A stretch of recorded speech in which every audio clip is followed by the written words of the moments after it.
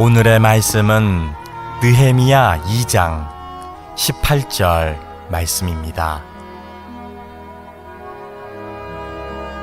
또 그들에게 하나님의 선한 손이 나를 도우신 일과 왕이 내게 이른 말씀을 전하였더니 그들의 말이 일어나 건축하자 하고 모두 힘을 내어 이 선한 일을 하려 하매. 아멘.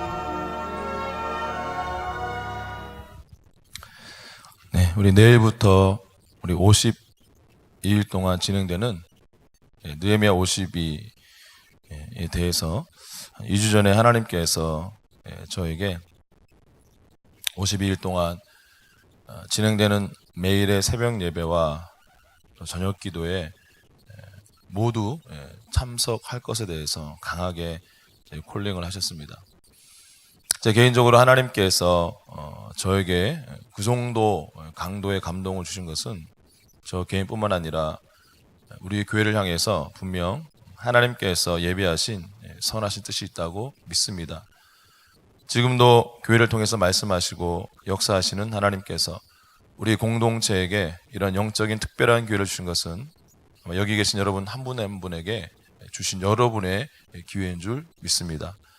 하나님께서 우리를 새롭게 하시고 크신 은혜를 주시고자 콜링하고 계시는 이 느헤미야 52에 한 분도 빠짐없이 자신의 믿음의 분량에 맞게 작정하셔서 꼭 참석하시고 놀라운 하나님의 역사를 체험하시기를 축복합니다.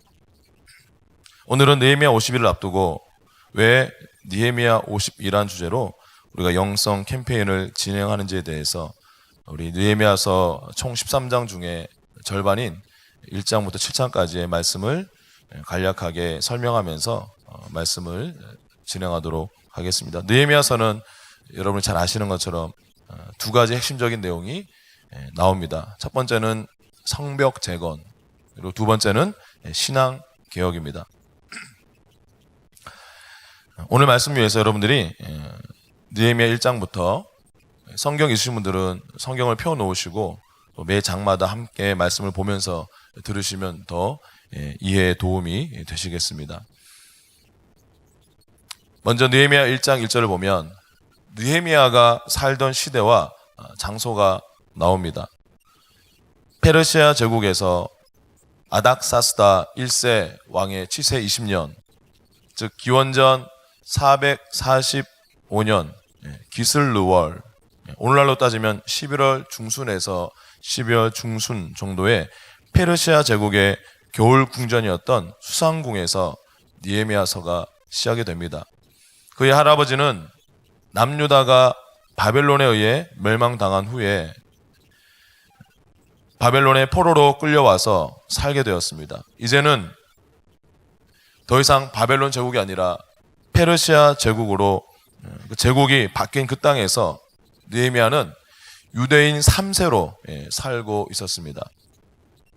그런 그가 동생 하나니를 통해서 고향 예루살렘의 소식을 듣게 됩니다. 그것은 그의 동포들이 환난과 능욕 가운데서 성벽도 없는 황폐한 예루살렘에서 하루하루를 겨우 연명하고 있다는 그런 소식이었습니다. 1장 4절에 보니까 이 소식을 들은 느헤미야는 온몸에 힘이 빠지고 원통이 하며 울며 수일 동안 금식하며 하나님께 기도를 드렸습니다. 느헤미야라는 이 인물은 굉장히 아주 대단한 그런 역사의식을 가졌던 것 같습니다. 그렇지 않고서야 외국인으로서는 승진할 수 있는 가장 최고의 높은 자리인 왕의 술관원으로 영화와 부귀를 누리고 있음에도 불구하고 자기 민족을 위해 주야로 회개하며 기도하는 것은 불가능한 일일 것입니다.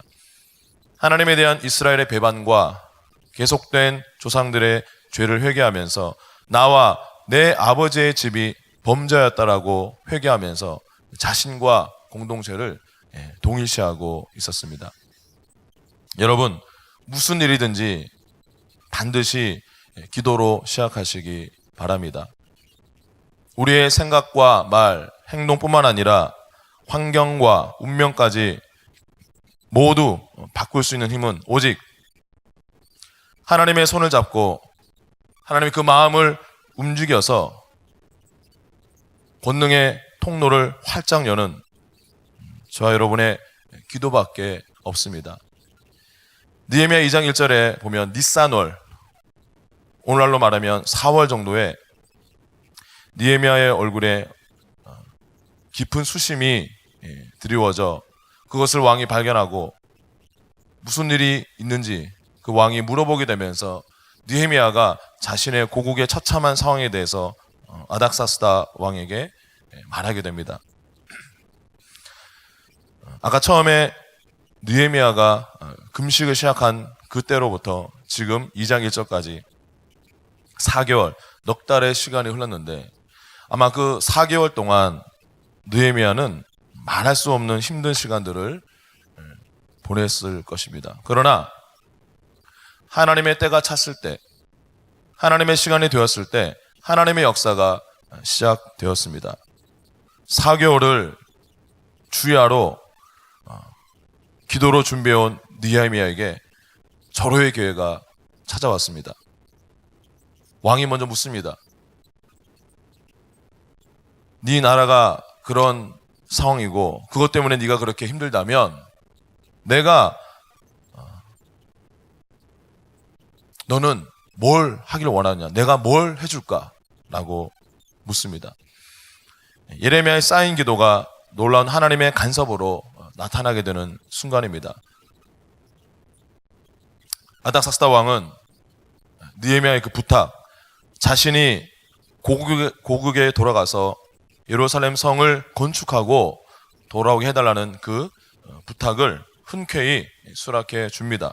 뿐만 아니라 그가 예루살렘까지 가는 동안 통과해야 할 나라들의 통행증과 그리고 성을 쌓기 위해 필요한 모든 제목들과 심지어 그 그룹의 일행을 보호해줄 군대까지 부셔주겠다, 이렇게 호의를 베풉니다. 여러분, 기도로 준비한 사람은 반드시 기회를 얻게 됩니다. 마침내 느헤미야는 동포 4만 2천 명과 함께 예루살렘에 도착합니다. 이것이 바로 3차 바벨론 포로 교환입니다. 그는 도착한 지 사흘째 되던 밤에 몇 사람의 보좌관들과 함께 그 현장을 답사합니다. 소문은 들었는데 과연 현실은 어떤가? 느헤미야가 두 눈으로 확인했던 그 상황은 소문과 생각보다 훨씬 더 처참했습니다. 성벽이라고는 뭐 하나 건질 것 없이 완전하게 파괴되었고 성문도 불탄 채로 그대로 있었습니다. 이 산 꼭대기에 있는 산성 도시 예루살렘에다가 4km가 넘는 이 성벽을 두르는 것은 현실적으로 불가능한 것이었습니다. 그러나 느헤미야는 기도로 다져진 그런 자신감으로 백성들의 사기를 진작시켰는데, 자, 그 유대 민족이 다시 무너진 성벽을 재건한다는 그 소식을 들었던 사마리아 도의 호론 사람 산발락과 암몬 사람 도비야 그리고 아라비아 사람 겟셈이 비웃으며 조롱했습니다. 여러분, 우리가 그냥 TV 보고 게임하고 세상 속에서 놀 때는 사단은 그냥 우리를 가만 놔둡니다. 그러나 우리가 하나님을 위해서 무언가를 시작하려고 할 때 그때 방해가 생깁니다. 호론 사람 산발락과 암몬 사람 도비야는 성벽 재건 과정 내내 하나님의 일을 방해하는 사탄의 앞잡이 노릇을 합니다. 그런 그들에게 느헤미야는 오늘 설교 본문인 느헤미야 2장 18절에서 이렇게 쏘아붙입니다. 하늘의 하나님이 우리를 형통케 하실 것이다. 여러분, 하나님께서 우리의 삶의 성벽을 새롭게 만드시고 하나님께서 우리를 형통하게 하십니다. 느헤미야 3장은 처음부터 끝까지 성벽 재건에 참여한 주인공들의 명단이 길게 나옵니다. 하나님의 지혜를 얻은 느헤미야는 성벽 재건 공사에 있어서 한 가지 원칙을 세우는데, 그것은 뭐냐 하면 백성들이 모두 그 공사에 다 참여하되 자기 집 앞에 있는 성벽은 본인들이 쌓도록 하자라는 것이었습니다. 자, 그런 제안은 굉장히 지혜로운 것이었습니다. 왜냐하면 사람들이 성벽 공사를 위해서 집에서 멀리 갈 필요도 없고, 무엇보다 집 앞에 있는 성벽 재건 공사를 위해서 온 가족들이 함께 동참할 수 있는 방법이었기 때문입니다.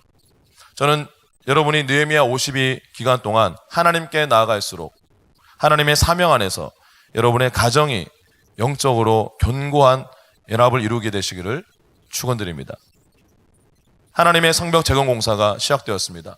산발락과 도비아는 자신들의 군대까지 동원해서 조롱하기 시작합니다. 다 불탄 돌들 가지고 그 흙무더기에서 너희 뭐 하는 거냐?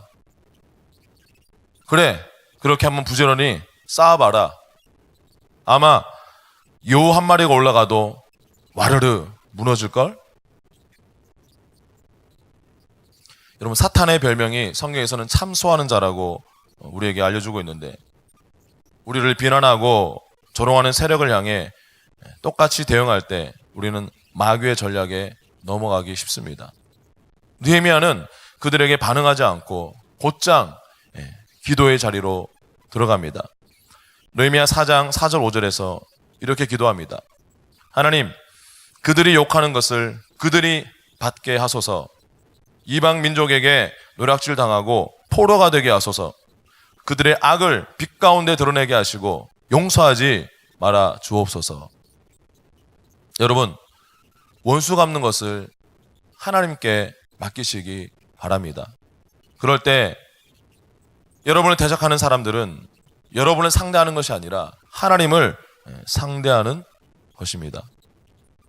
이런 방해 속에서도 성벽 공사가 어느덧 절반 정도 50%가 완성이 되었습니다. 자, 이렇게 비웃고 조롱하고 이런 심리적으로 공략을 해도 그 모든 방법이 실패하자 산발랏 일행은 이제 군대를 대동해서 사방을 포위하고 전투 태세로 나섰습니다. 근데 동시에 때맞춰 그 공동체 내부에서도 성 쌓기에 동원됐던 백성들의 피로가 누적이 돼서 야, 이제 더는 못하겠다 라는 불만들이 터져나오기 시작했습니다. 그야말로 뇌후외환 그 자체였습니다. 자, 그런 상황에서 느헤미야는 4장 14절에서 담대한 믿음으로 선포합니다. 너희는 그들을 두려워하지 말고 지극히 크시고 두려우신 주를 기억하고 너희 형제와 자녀와 아내와 집을 위하여 싸우라. 여러분, 느헤미야 51을 통해 여러분 앞에 놓인 장애물과 대적들로부터 결코 물러나지 마시고 함께 하시는 하나님을 기억하고 여러분들과 가족들을 위해서 맞서 싸우시기 바랍니다. 혼란에 빠질 줄 알았던 이스라엘 백성들이 오히려 느헤미야로 말미암아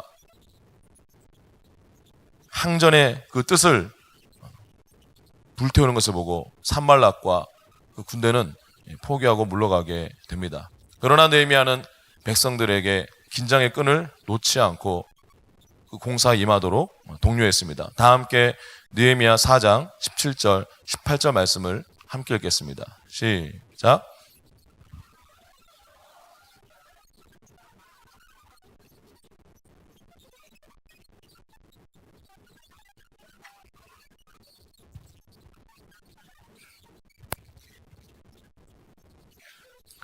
느헤미야 52기간 동안 저는 여러분 안에 적당한 영적인 긴장감을 가지고 깨어 기도하시기를 축복합니다. 5장에서는 성벽이 거의 완성되어 가는 그 과정 중에 뜻밖의 복병을 만납니다. 그동안 예루살렘 성에 살던 이스라엘 백성들 그 속에 골마왔던 동족 간의 원망이라는 문제가 터져 나왔습니다. 백성들의 피를 빨아먹는 귀족들의 고리대금 행태에 예루살렘에 도착하자마자 성벽 재건에만 집중했던 느헤미야로서는 큰 충격과 분노를 금할 수가 없었습니다. 그러나 느헤미야는 흥분해서 성급하게 일을 처리하지 않았습니다. 5장 7절에 보니까 깊이 생각하고 이렇게 기록하고 있습니다. 느헤미야는 하나님 앞에 이 동족 간의 문제를 어떻게 해결할지 하나님께 기도하고 신중하게 생각한 후에 또 하나님의 방법을 이제 알게 되어서 먼저는 권력자들을 강하게 꾸짖습니다.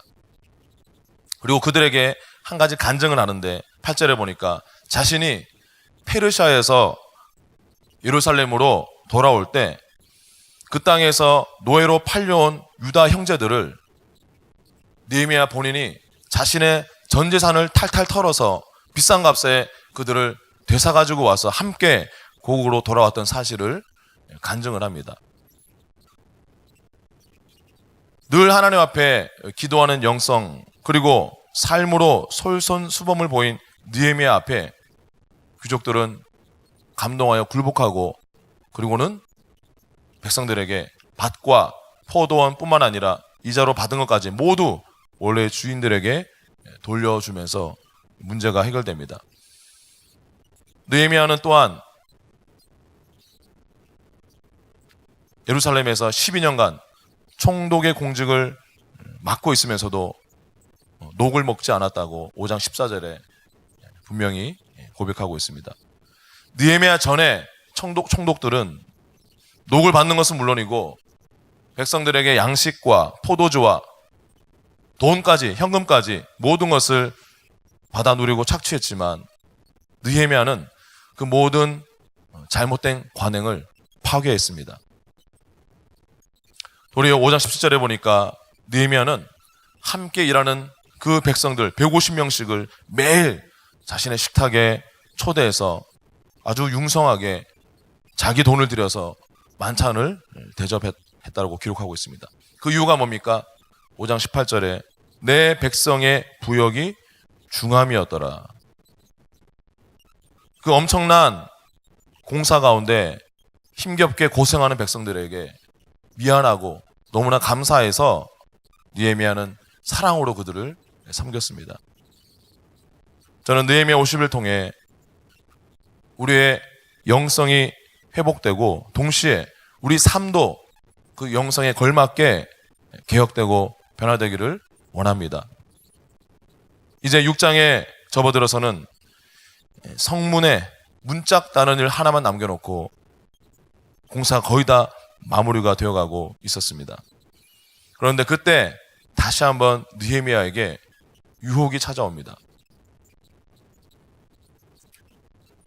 그 앞서 말씀드린 이 마귀의 세력을 상징하는 이 산발락과 도비야, 하나님의 성벽 공사를 방해하는 이 사단의 세력들이 얼마나 집요하고 얼마나 끈질긴지 여러분들 느헤미야서 묵상하다 보면 분명하게 확인할 수가 있습니다.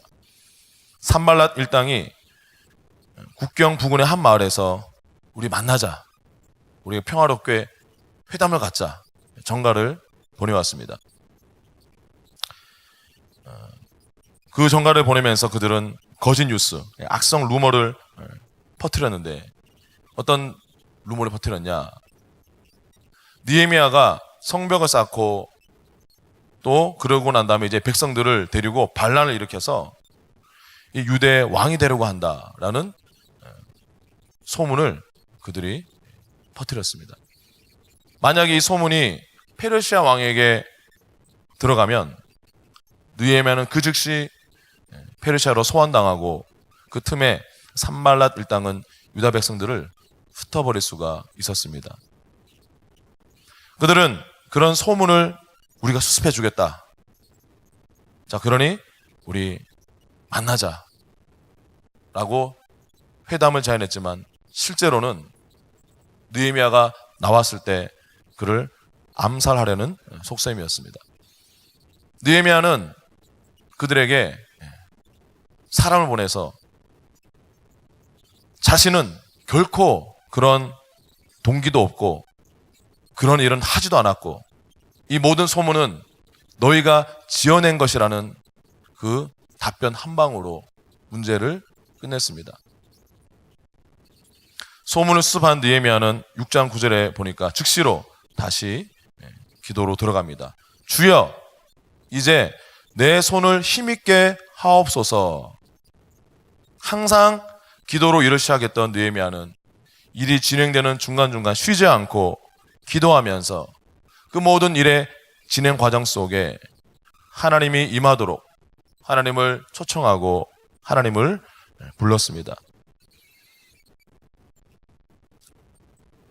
이 사탄의 권세를 상징하는 산말랏 일당의 방해와 유혹은 끊임없이 더 집요해집니다. 이제는 느헤미야의 가장 가까운 사람을 이용합니다. 느헤미야는 친구 스마야가 집에서 나가지도 않고 오랜 기간 두문불출하고 있다는 소식을 듣고 걱정스러워 친구 집을 찾아갔는데 거기서 놀라운 소식을 듣습니다. 스마야에 따르면 산발랏이 자객을 보내어 느헤미야를 죽이려 한다는 것이었습니다. 그러면서 느헤미야, 너 지금 네가 언제 죽을지 모르니까 나와 함께 가장 안전한 곳으로 피신하자. 하나님의 성전이 있는 그 외소로 잠시 우리가 거기서 잠잠해질 때까지 숨어 있자라고 느헤미야를 종용합니다. 이 제안에 느헤미야는 단호하게 거절합니다. 스마야가 말했던 제안했던 그 안전지대라고 하는 외소는 여러분 성전 안에 대제사장이 1년에 딱 한 번 들어갈 수 있는 지성소, 바로 그 앞에 있는 성소입니다. 우리가 잘 알고 있는 분향단과 떡상과 금촛대가 있는 바로 그 장소인데 그곳은 제사장만이 들어갈 수가 있는 곳입니다. 느헤미야가 아무리 높은 총독이지만 일반 성도로서는 율법의 출입이 금지된 곳이었습니다.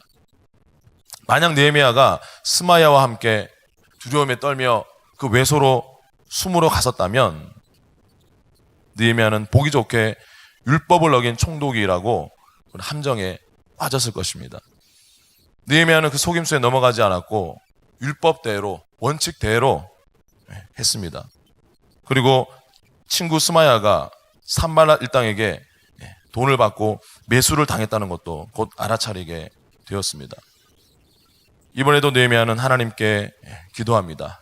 내 하나님이여, 도비야와 산발랏과 여선지 노아디아와 그 남은 선지자들 곧 나를 두렵게 하고자 한 자들의 소행을 기억하옵소서. 우리를 쓰러뜨리려는 마귀의 작전은 이렇게 집요하고 교묘합니다. 가장 마지막에는 가까운 사람을 이용해서라도 우리를 흔들려고 합니다. 여러분, 사람은 그 누구라도 믿을 만한 대상이 아닙니다. 다만 사랑해야 할 대상입니다. 우리 믿음의 대상은 오직 하나님 한 분뿐이십니다. 드디어 52일 만에 예루살렘 성벽 공사가 완성되었습니다. 예루살렘은 해발 800m에 위치한 산성 도시입니다. 주전 586년 바벨론 침공 때 이 예루살렘 성은 철저하게 파괴되었고 그렇게 142년 동안 방치되어 있었습니다. 쓸만한 돌들이 있다고 한들 이미 저 아래 골짜기로 무너져 내린 것들을 다시 끄집어 올려서 쓰는 것은 바위를 새로 만들어 쓰는 것보다 훨씬 더 어려운 일이었습니다. 여러분, 여기 옆에 강대상에 있는 느헤미야 52 이 기도가 이 글자가 있는 이게 여러분 진짜 돌일까요? 스티로폴일까요? 예? 스티로폴요? 예. 스티로폴이라고 말씀하신 분은 이따가 예배 끝나고 올라와서 만져보시기 바랍니다. 우리에게 송태준 장로님이 이 돌을 예배팀에서 부탁해서 1.5톤을 사가지고 오셨습니다. 전 처음에는 이 사역자 카톡방에 이거 오후에 옮겨야 된다 그래서 내가 예전에 노가다 아르바이트를 내가 얼마나 많이 했는데 저건 껌이지. 그냥 사람들 없으면 나 혼자라도 그냥 내가 한 시간만 하면 끝나겠네라고 했는데 웬걸요. 여러분 이거를 지하에서 카트에 1층, 2층을 깔고 그 다음에 돌 하나 더 실었더니 카트가 바퀴가 휘어가지고 나가지를 않아요. 그날 제가 맡은 2교회 1교구 우리 형제님들하고 우리 사역자 몇 분들하고 진짜 엄청 힘들게 이거를 지하철장에서 하나하나 옮겨 쌓고 난 다음에 제 얼굴 여기에 뼈도락재가 휘어로 나가지고 없어지지를 않습니다. 엄청 힘들었어요. 여러분 그런데 그 예루살렘 그 절벽 같은 산꼭대기에 여러분 사진에서 보이는 저런 성벽을 4.5km를 쌓아 두르는 것은 우리가 상상할 수 없는 일입니다. 현대 토목공학자들의 말을 빌자면 그들이 지금의 최첨단의 장비와 인력을 동원한다고 하더라도 지금 저 예루살렘 성벽과 같은 저 길이, 저 높이의 성벽을 건설하는 것은 6개월도 모자란다라고 분석을 했습니다. 그런데 그 옛날 그 열악한 조건 속에서 유대 백성들이 그 일을 해낸 겁니다. 52일 만에. 정확히 말해서 그들이 했다기보다 느헤미야의 고백처럼 하나님이 하신 것이었습니다. 이렇게 어렵고도 힘든 성벽 공사가 다 끝이 났습니다. 하지만 본격적인 시작은 이제부터였습니다. 예루살렘이 정상적인 공동체, 도시로서의 모습을 갖추기 위해서 느헤미야가 한 것은 가장 기초적인 겁니다. 최소한의 하드웨어, 성벽을 세우는 것이었습니다. 이제 가장 중요한 소프트웨어가 남았습니다. 바로 예루살렘 도시를 실제로 운영하고 움직일 지도자가 사람들이 세워져야 했습니다.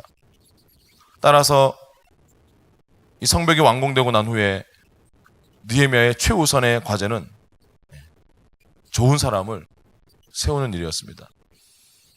느헤미야는 이스라엘이 예배 공동체, 여호와 신앙 공동체라는 것을 잊지 않았습니다. 그래서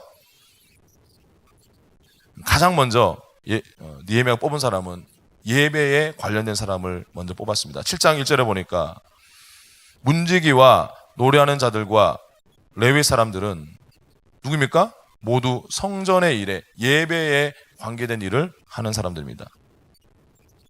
그렇게 예배를 위한 자를 뽑은 다음에 느헤미야는 이제는 자기를 이어서 자기 뒤를 이을 정치 지도자를 두 사람 뽑았습니다.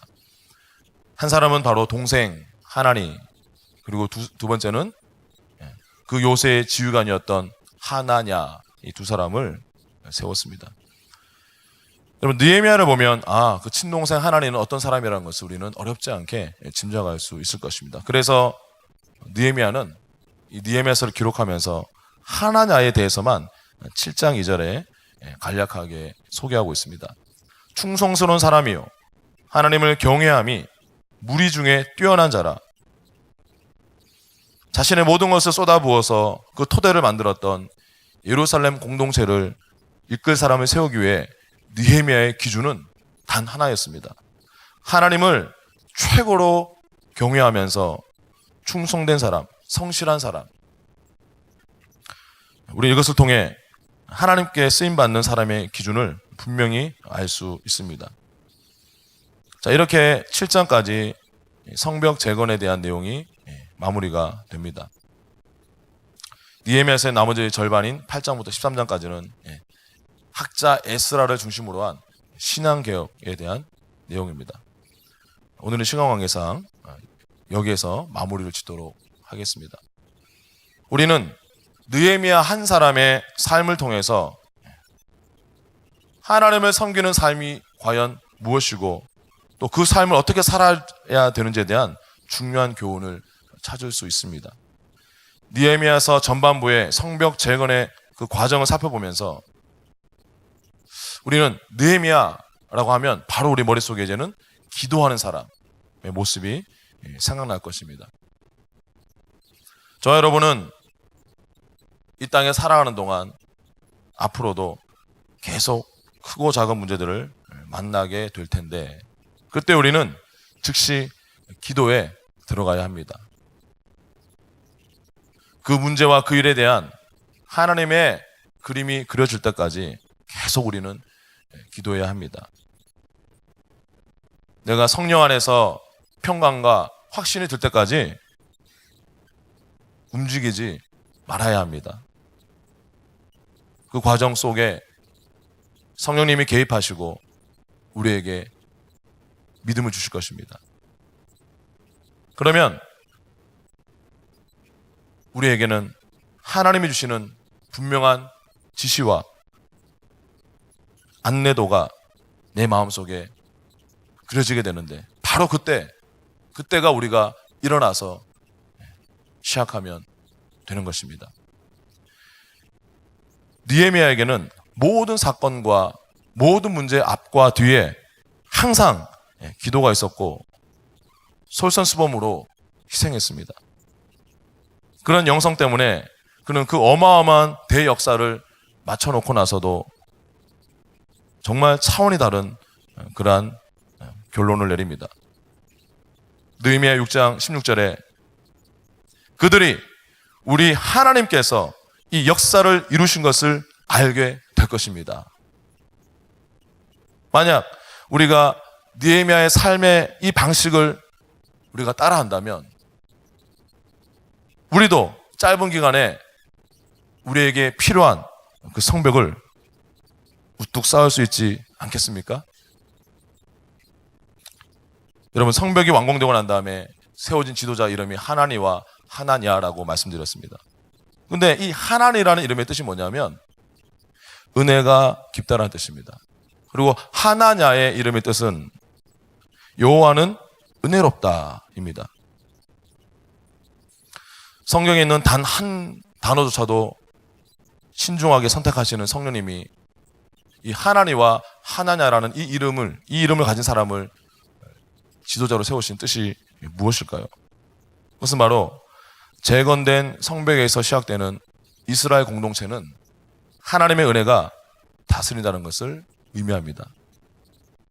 여러분이 느헤미야 52 기간 동안 느헤미야처럼 기도할 때 성령께서 여러분들의 무너진 삶의 영역들을 하나씩 새롭게 세우실 것입니다. 이 성벽 재건보다 약 70년 전에 이루어진 성전 건축을 강력하게 독려했던 스가랴는 스가랴서 4장 6절에 이렇게 예언했습니다. 이는 힘으로 되지 아니하며 능력으로 되지 아니하고 오직 나의 영으로 되느니라. 우리 내면의 성전과 삶의 성벽은 오직 하나님의 영, 성령으로 세워질 수 있습니다. 저는 지난주 역대상 말씀을 큐티하면서 느헤미야 52 기간 동안 우리 모든 성도가 해야 할 미션을 역대상 22장 19절 말씀, 다윗이 백성의 지도자들에게 성전 건축을 부탁하는 말씀 속에서 발견했습니다. 우리 다 같이 한 목소리로 그 말씀을 읽겠습니다. 시작. 이제 너희는 마음과 뜻을 바쳐서 너희 하나님 여호와를 구하라. 그리고 일어나서 여호와 하나님의 성전을 건축하고. 자, 다 함께 오른손 주먹을 쥐고 함께 오른손을 같이 들어보겠습니다. 그리고 저를 따라서 구호를 외치겠습니다. 제가 한 문장 하면 여러분들이 큰 소리로 이 역대상 22장 19절 이 핵심 내용을 기억하면서 따라 하시면 됩니다. 제가 먼저 하겠습니다. 얘기할 때마다 주먹을 크게 앞으로 뻗으면서 여러분들 한번 힘차게 해보시기 바랍니다. 전심으로 하나님을 구하자. 일어나자. 성벽을 재건하자. 아멘. 마지막으로 예루살렘 성벽 봉헌식의 한 장면인 느헤미야 12장 43절을 읽고 마치도록 하겠습니다. 같이 읽겠습니다. 시작. 이날에 무리가 큰 제사를 드리고 심히 즐거워하였으니 이는 하나님이 크게 즐거워하게 하셨습니다. 부녀와 어린아이도 즐거워하였으므로 예루살렘이 즐거워하는 소리가 멀리 들렸느니라.